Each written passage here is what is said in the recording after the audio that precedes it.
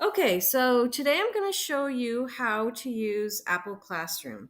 So on your teacher iPad, which for me is the orange iPad number 7, you are going to find your Classroom app. If you do not have Classroom installed, please go to the App Store and install it. If this is the first time you've used Apple Classroom, it will ask you to add your name and an image. The image helps your students recognize that the class belongs to you. Once you have added your name and image, you are now ready to create a class.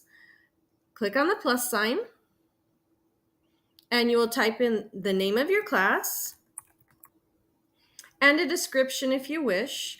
Choose an icon and a color and then tap done. Your new class now appears.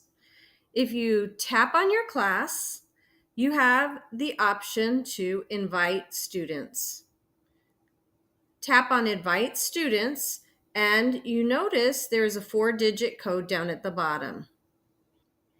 You or the students will go to settings and underneath Bluetooth, a classroom icon will appear. Tap on that classroom icon and your class should show up under new class invitation. Click on the blue words and it asks for the code. Most of the students will not have their name already filled out under my information. So have them at least type in their first name so that you know that the iPad belongs to them, and then type in the code and choose add. Now, notice back on the teacher iPad, I now have Sharon in my list.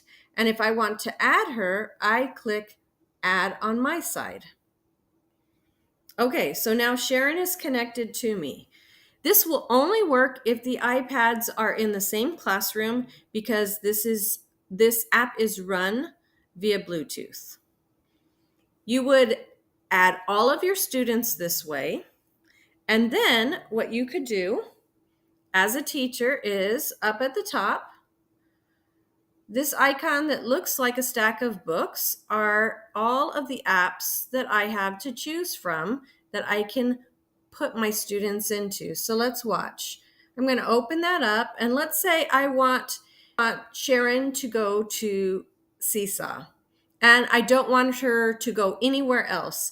I'm going to first click lock in app after opening. And then I'm going to choose Seesaw. Watch, her screen is automatically changing to Seesaw. I'm not touching it at all.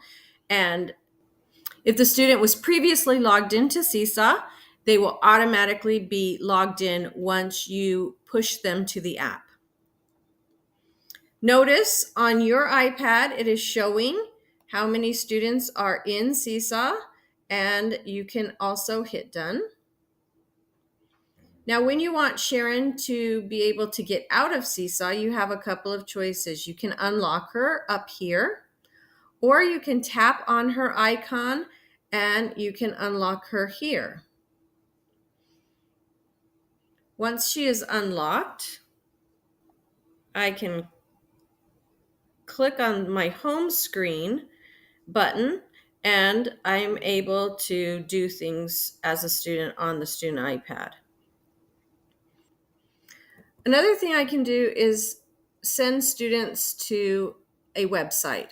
So if you don't want students to type in a URL, you can click on this icon. And if you have previously saved the website as a bookmark in Safari, I can go to favorites and I can find the website that I want, and each student is pushed into that website.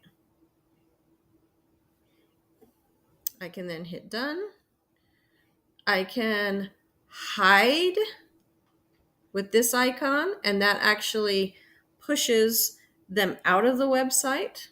It's another way to get them out. This icon shows all your students in grid view, so they will all show up in rows along here. This icon mutes your students' volume on the iPad. And then with the three dots, you click to end your class. This ends the session. It gives you analytics for what happened during the day or the session. You can choose done. And now you're back to your classes, ready to open a new session tomorrow.